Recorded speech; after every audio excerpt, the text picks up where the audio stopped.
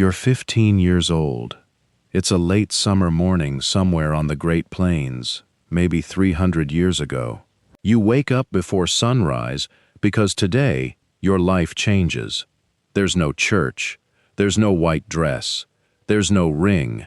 There's a ceremony arranged months ago by your parents, by his parents, by a council of elders who decided this match made sense for both families.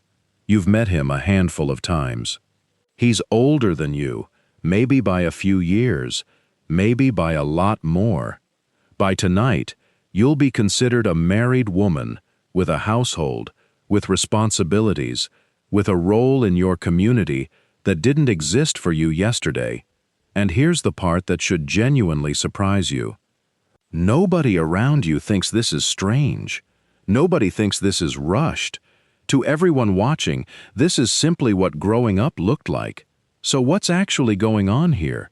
Why did so many Native American communities consider marriage at 14, 15, 16 completely normal when today the same thing would be illegal almost everywhere on Earth?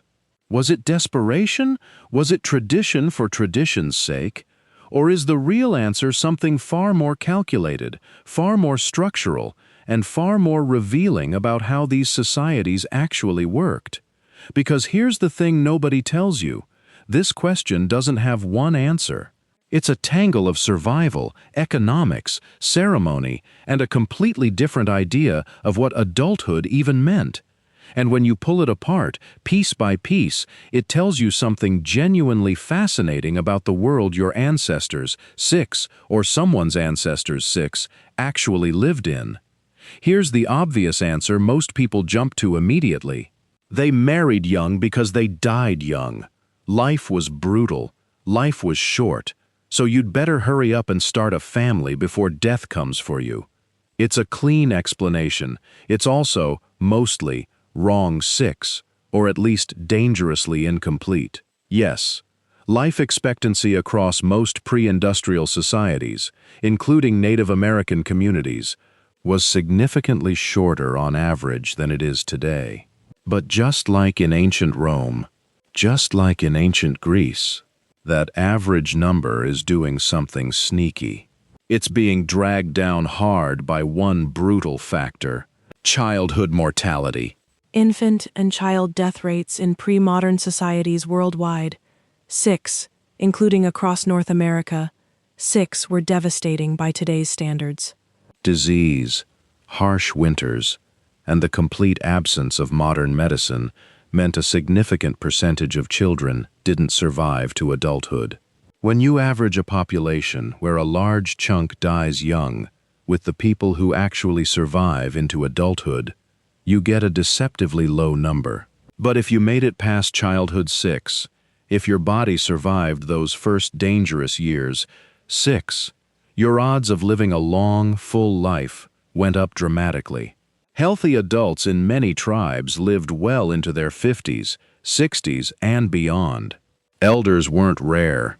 They were respected, central figures in nearly every Native American community, precisely because reaching old age, while not guaranteed, was far from impossible. So the simple, "they were all about to die anyway" explanation collapses almost immediately.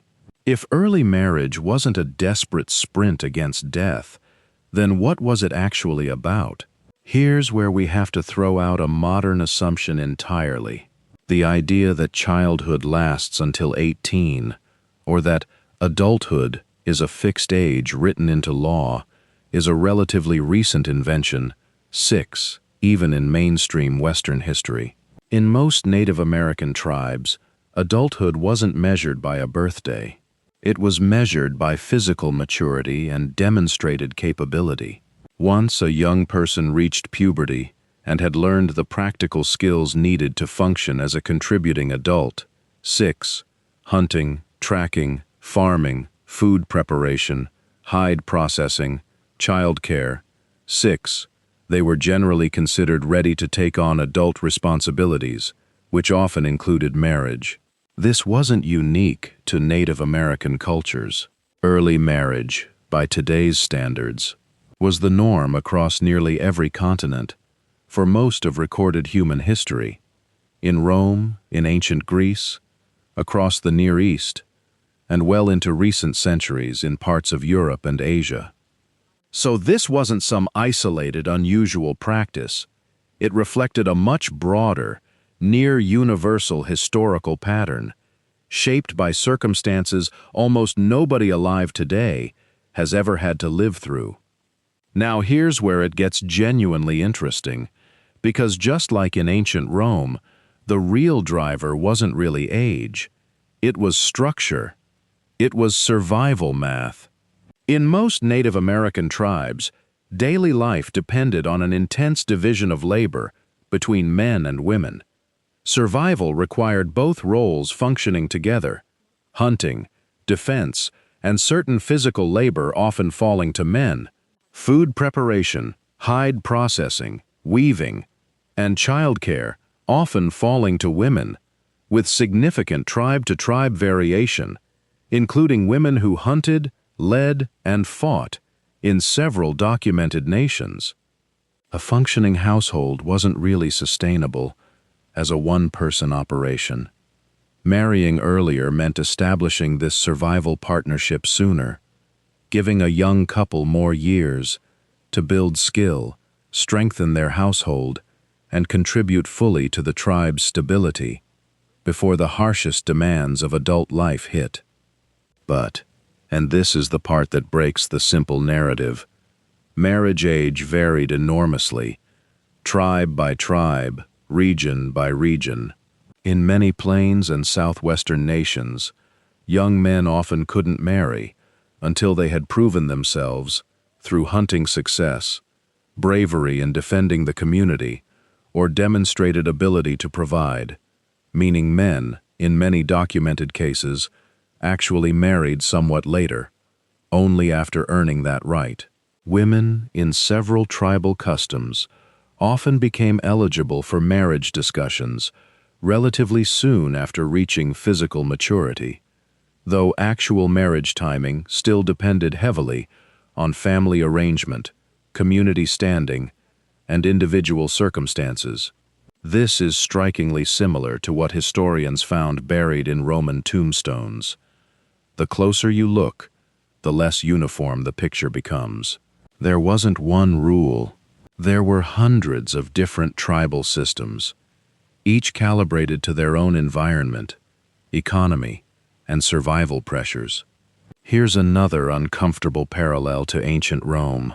In many Native American communities, marriage wasn't primarily framed around romantic love as the foundation, though affection and compatibility absolutely mattered and were considered within most arrangements. Marriage was also deeply tied to family, clan, and sometimes intertribal relationships. A marriage could merge resources, skills, or hunting and farming territory between two families. In some documented cases, marriages between members of different tribes or bands helped establish trade relationships or reduce the risk of conflict over land and resources, functioning almost like a peace treaty, sealed through family connection. Parents, extended family, and sometimes tribal elders were often heavily involved in identifying appropriate matches, factoring in practical compatibility, family reputation, and demonstrated skill, treated as more reliable predictors of a lasting, functional partnership than early romantic attraction alone, which in many cultures was expected to grow over time within the marriage, rather than being required before it. This wasn't cold or loveless by their own internal logic.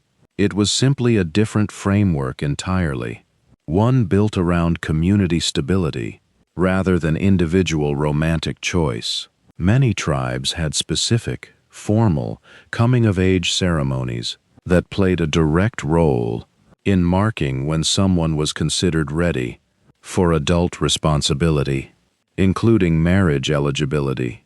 Among the Apache, The sunrise ceremony marked a young woman's transition into womanhood, following physical maturity, involving days of ritual, teaching from elder women, and public community celebration.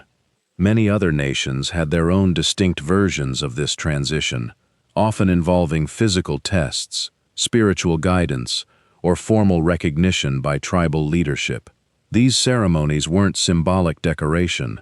They represented a community-recognized marker, a visible, public acknowledgement that someone had reached a stage of life where greater responsibility, including eligibility for marriage discussions, was appropriate. It wasn't an arbitrary number. It was tied to a recognized, ritualized transition the entire community witnessed and affirmed together. Here's the hardest, most honest part of this story. Native American nations were, and still are, incredibly diverse. Hundreds of distinct tribes, each with their own specific customs, values, and historical context. Marriage age, like everything else, varied enormously. Generalizing too broadly risks flattening that diversity into a single, inaccurate myth. It's also worth being honest that early marriage in any historical culture, including various native nations, doesn't mean every individual experience was simple or without hardship. Like every human society across history, outcomes varied person to person. But what we can say with real confidence, backed by anthropological and historical research, is this. Early marriage within Native American tribal life wasn't random, careless, or purely about desperation. It was a structured, deeply considered response to genuine survival demands. Shorter average adulthood windows, intense labor division, community alliance building, and a fundamentally different definition of when someone became an adult. It wasn't that they valued children's well-being less than we do today. It's that their entire world demanded readiness sooner. And they built systems, ceremonies, and structures around recognizing that readiness as honestly as they could, given everything they were facing. So why did Native Americans often marry young? Not because life was taken less seriously. Because life demanded more from people, and demanded it earlier. And entire communities built deliberate, structured systems to prepare young people for that reality, rather than leaving it to chance. It's a sharp reminder that the way we define ready, adult, and appropriate timing isn't some fixed universal truth. It's shaped entirely by the world a society actually has to survive in. Change the conditions, and the same human beings, with the same values, build completely different rules around growing up. We didn't become wiser than the people who came before us. We became people who don't have to ask a 15-year-old to help carry the full weight of survival. If this changed how you think about history, let me know in the comments. And subscribe, because next time we're going even further back to find out what partnership looked like before marriage, before agriculture, before any of these rules existed at all.